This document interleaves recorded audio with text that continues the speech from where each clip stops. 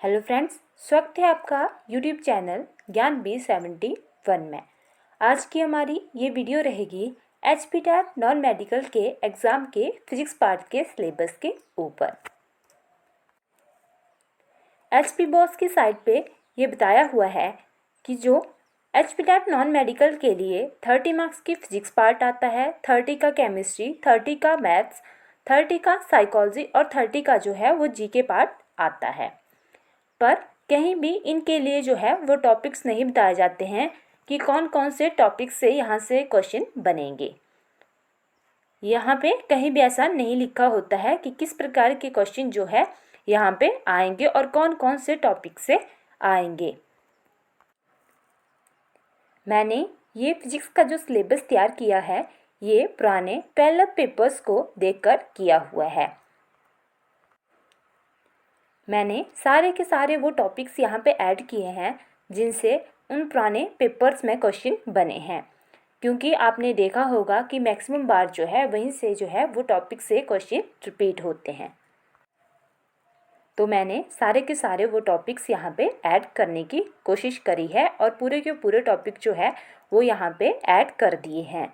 आपको आने वाले टैट में भी, जो अभी आपका टैट नवंबर में होगा, वहाँ पर भी आपको इन टॉपिक से क्वेश्चन देखने को मिलेंगे, क्योंकि यहाँ इन टॉपिक से जो है वो क्वेश्चन आने की संभावना रहती है।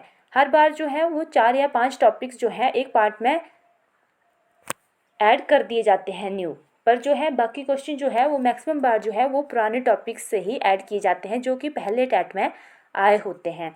तो आपने जो है अपने जो ये सारे के सारे टॉपिक्स जो हैं वो ढंग से तैयार कर लेने हैं, क्योंकि ये आपके आने वाले टैट के एग्ज़ाम्स के लिए बहुत ज़्यादा हेल्पफुल रहेंगे और यहाँ से ही जो है वो मैक्सिमम क्वेश्चन आने की संभावना होती है। फर्स्ट टॉपिक रहेगा हमारे पास यूनिट्स एंड डायमेंशनल फार्मूला। यहाँ से भी जो है वो मैक्सिमम बार टैट में क्वेश्चन आने की संभावना होती है। पहले भी जो है इस टॉपिक से 3-4 क्वेश्चन आए हुए हैं। जैसे कि आपके पास कोई क्वांटिटी दी जाएगी, जैसे कि वॉल्यूम हो गया, डेंसिटी हो गया, उनका जो है वो डायमेंशनल फार्मूला पूछ लिया जाएगा, या फिर अन्य कोई भी क्वांटिटी हो सकती है। या जैसे कि हमारे पास फोर्स हुआ तो उसके CGS SI यूनिट पूछे जा सकते हैं, और कोई भी फिजिकल क्वांटिटी होगी तो उसके यूनिट भी यहाँ पे पूछे जा सकते हैं। तो आपने जो है वो आने वाले टैट के लिए ये सारे के सारे तैयार कर लेने हैं। नेक्स्ट है स्केलर एंड वेक्टर क्वांटिटी। ये भी एक टैट के लिए महत्वपूर्ण टॉपिक रहेगा। यहाँ से भी जो मैक्सिमम बार क्वेश्चन बनता है, यहाँ से इस प्रकार का क्वेश्चन पूछ लिया जाता है, जैसे कि आपको 4 ऑप्शन दे दिए जाएंगे और पूछ लिया जाएगा कि इनमें से कौन सा एक स्केलर क्वांटिटी है। अगर आपको पता होगा, आपको आती होंगी स्केलर और वेक्टर क्वांटिटीज़, तो आप जो है आसानी से उस क्वेश्चन को कर सकोगे। मैंने यहाँ पे टॉपिक ही वो ऐड किए हैं जहाँ से जो है वो टैट में अक्सर क्वेश्चन बनते हैं। वो सारे ही टॉपिक मैंने ऐड कर दिए हैं यहाँ पे। नेक्स्ट है डिस्टेंस, डिस्प्लेसमेंट, स्पीड, वेलोसिटी। वैसे तो ये वाला जो डिस्टेंस, डिस्प्लेसमेंट, स्पीड और वेलोसिटी, ये स्केलर और वेक्टर क्वांटिटी के बीच में ही आ जाना था, पर हम सिर्फ यहाँ पे इतना सा ही पढ़ेंगे इनके बारे में, स्केलर और वेक्टर क्वांटिटीज़ में, कि ये कौन सी स्केलर क्वांटिटी है और कौन सी वेक्टर क्वांटिटी। पर इन चारों टॉपिक से जो है वो अलग प्रकार के क्वेश्चन भी बन जाते हैं, इसलिए मैंने ये टॉपिक अलग से भी यहाँ पे ऐड कर दिए हैं। जैसे डिस्टेंस जो है हमारे पास एक स्केलर क्वांटिटी है, डिस्प्लेसमेंट वेक्टर क्वांटिटी है, स्पीड जो है वो एक स्केलर क्वांटिटी है, और वेलोसिटी जो है वो एक जो है वो वेक्टर क्वांटिटी है। नेक्स्ट है हमारे पास 4th नंबर का टॉपिक, वो है फ्रिक्शन। इससे इस प्रकार के क्वेश्चन बनते हैं, मैं आपको बताती हूँ। इससे पहले जो नवंबर 2020 का टैट हुआ था, उससे उस वाले टैट में इससे जो है वो एक क्वेश्चन बना था। वो क्वेश्चन था maximum value of static friction is called. तो इस प्रकार के क्वेश्चन जो है वो इस टॉपिक से पूछ लिए जाते हैं। नेक्स्ट रहेगा हमारे पास ग्रेविटेशन।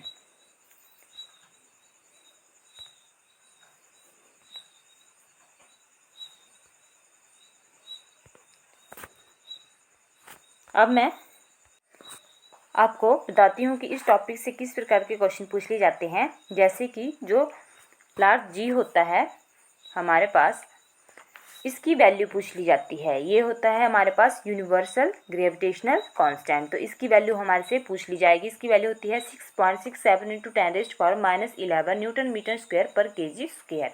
मैं ऐसे इसको आपको बता रही हूँ ऐसे। और यहाँ पर जो है वो मैक्सिमम पूछा जाता है ग्रेविटी, जो स्मॉल जी की वैल्यू होती है वो पूछ ली जाती है, या फिर ये पूछ लिया जाता है कि जी की वैल्यू मैक्सिमम कहाँ पे होती है, मिनिमम कहाँ पे होती है। तो इस प्रकार के क्वेश्चन जो है वो इस टॉपिक से पूछे जाते हैं अक्सर टैट में। ये भी टैट के लिए एक महत्वपूर्ण टॉपिक है। ये सारे के सारे ही टॉपिक जो है वो पुराने पेपरों को देखकर बनाए हुए हैं, तो ये सभी के सभी जो है वो आपके आने वाले टैट के लिए महत्वपूर्ण रहेंगे, क्योंकि यहाँ से जो है वो क्वेश्चन आने की संभावना रहती है। नेक्स्ट जो हमारे पास 6 नंबर का टॉपिक है वो है वर्क। यहाँ से भी जो है वो क्वेश्चन बनते हैं। नेक्स्ट रहेगा हमारे पास एनर्जी वाला topic, energy, kinetic energy and potential energy. इस टॉपिक से क्वेश्चन रहेगा जैसे कि किसी निश्चित ऊंचाई पर उड़ते हुए पक्षी के ऊपर इनमें से कौन सी ऊर्जा होती है। A bird flying at a certain height possesses. तो इस प्रकार के क्वेश्चन जो है वो इस टॉपिक से पूछे जाते हैं। टॉपिक से और भी क्वेश्चन पूछे गए हैं, पर यहाँ पे मैं ज़्यादा नहीं, एक एक एग्जाम्पल ही आपको दे रही हूँ कि किस प्रकार के क्वेश्चन जो है इन टॉपिक से पहले आए हुए हैं। नेक्स्ट रहेगा हमारे पास टॉपिक पावर। यहाँ से तो एक मेन जो क्वेश्चन पूछा जाता है वो पूछ लिया जाता है कि 1 HP की वैल्यू कितनी होती है। ये क्वेश्चन पहले टैट में आया हुआ है। और एक और क्वेश्चन है जो कि है 1 किलोवाट आवर जो होता है उसकी वैल्यू कितनी होती है। ये क्वेश्चन भी मैक्सिमम बार जो है वो टैट में रिपीट हुआ है। नेक्स्ट रहेगा हमारे पास अगला टॉपिक जो है वो है सरफेस टेंशन।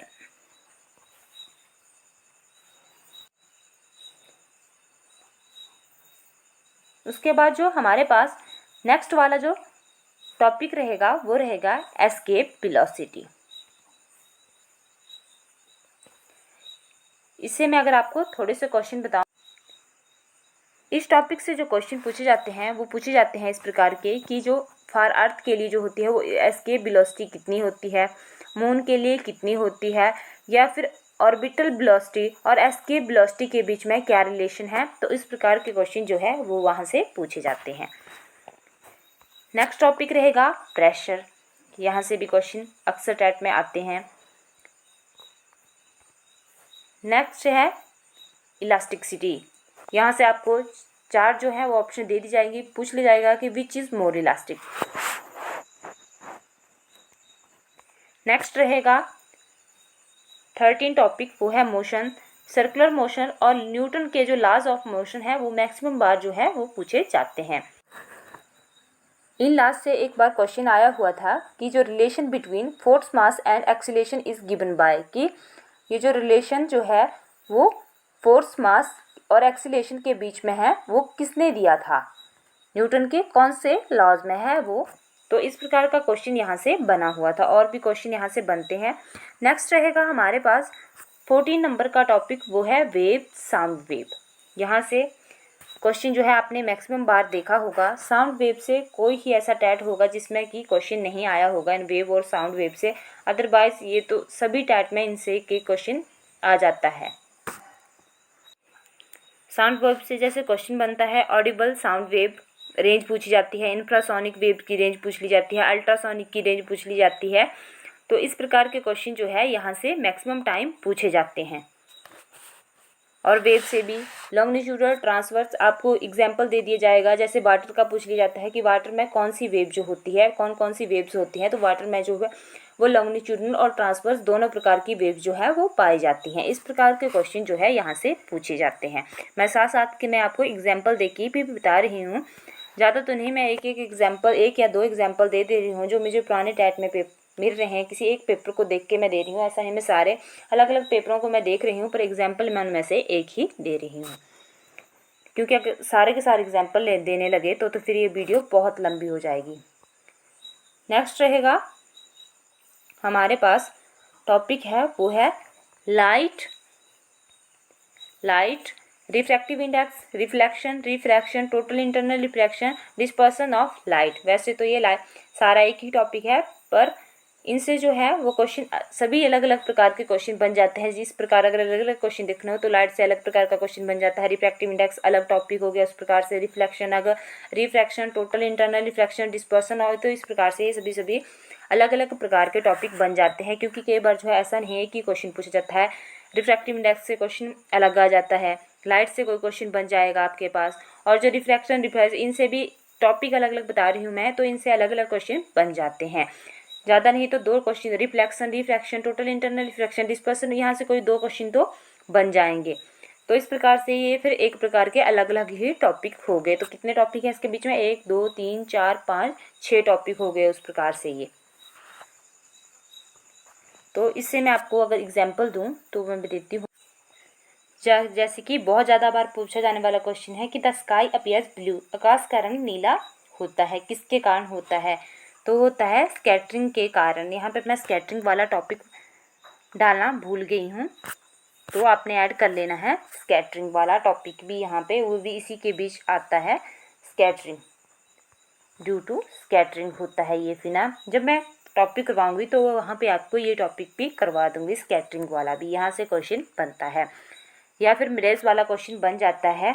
तो इस प्रकार के क्वेश्चन जो है इन टॉपिक से बनेंगे। रिफ्रैक्टिव इंडेक्स से न्यूमेरिकल जैसा क्वेश्चन बन जाएगा। नेक्स्ट रहेगा हमारे पास कलर, प्राइमरी सेकेंडरी कलर, उस प्रकार के क्वेश्चन जो है वो इस टॉपिक से बन जाते हैं। नेक्स्ट रहेगा कनकेव एंड कन्वेक्स मिरर। यहाँ से भी आपने क्वेश्चन अक्सर बार टैट में देखा होगा। यहाँ से क्वेश्चन पूछ लिया जाता है कि जो सेविंग ग्लास होता है उसमें कौन सा मिरर होता है, या फिर जो हमारे वाहन होते हैं उनमें कौन सा मिरर होता है। उस प्रकार के क्वेश्चन जो है यहाँ से पूछे जाते हैं। या फिर लेंस से क्वेश्चन पूछ लिया जाता है, कनकेव कन्वेक्स लेंस, तो आपने बीच में ही ऐड कर लेना है मिरर और लेंस करके यहाँ पे।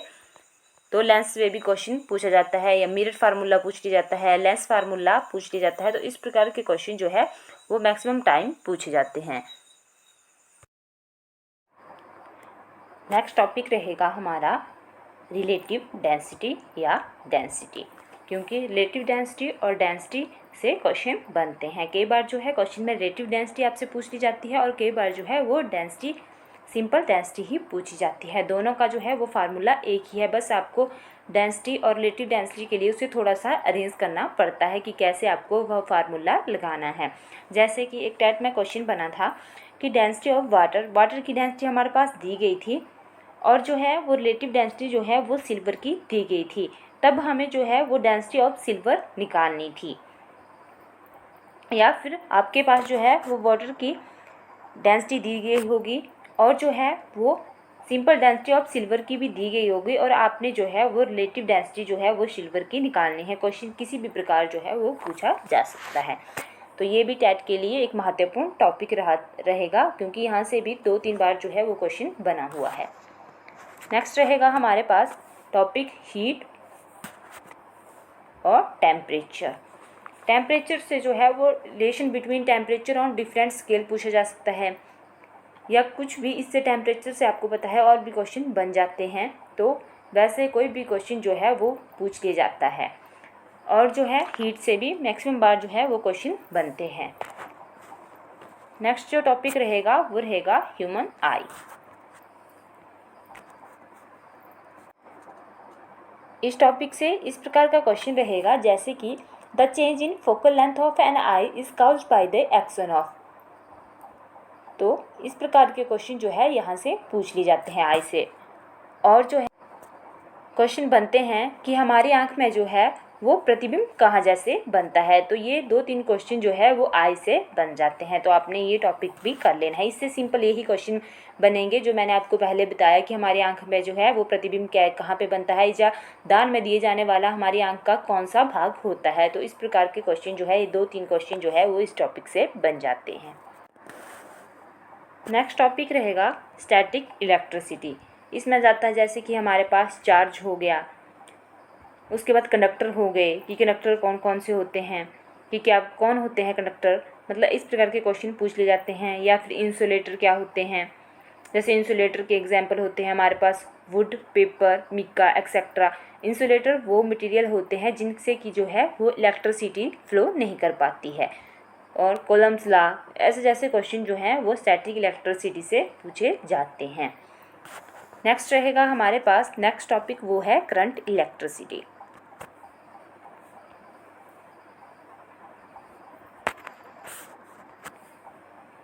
करंट इलेक्ट्रिसिटी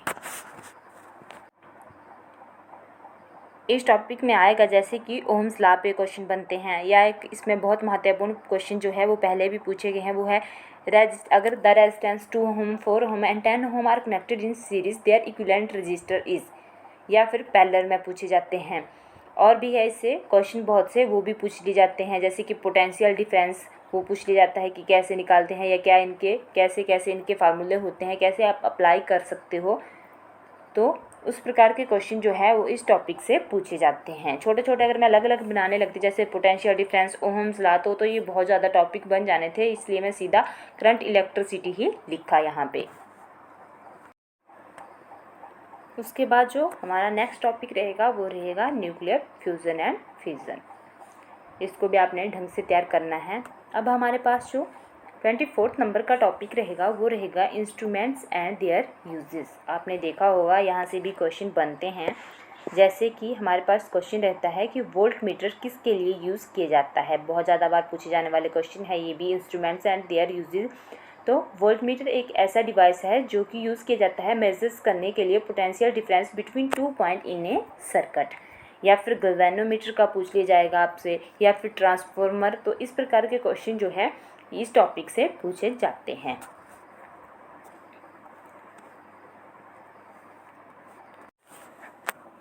तो आपको अब पता लग चुका होगा कि किस टॉपिक से जो है वो किस प्रकार के क्वेश्चन बनते हैं। मैंने यहाँ पे 7 एग्जाम्पल्स भी दिए हैं। एग्जाम्पल्स थे बहुत ज़्यादा थे, पर मैंने जो है वो एक एक ही दिया है, क्योंकि अगर मैं सारे एग्जाम्पल्स देने लगती हर एक टॉपिक से, तब तो हमारे पास ये वीडियो बहुत ज़्यादा लंबी हो जानी थी।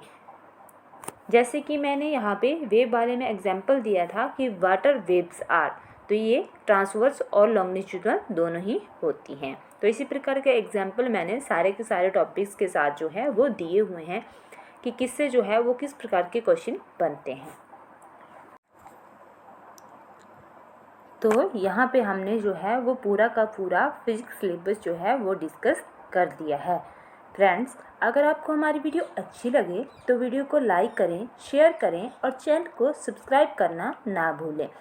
अगर आप अपने टैट के लिए इन टॉपिक्स को तैयार कर लेते हो तो आपको यहाँ से क्वेश्चन बन जाएंगे, और जो है आपका टैट जो है वो आसानी से क्लियर हो जाएगा।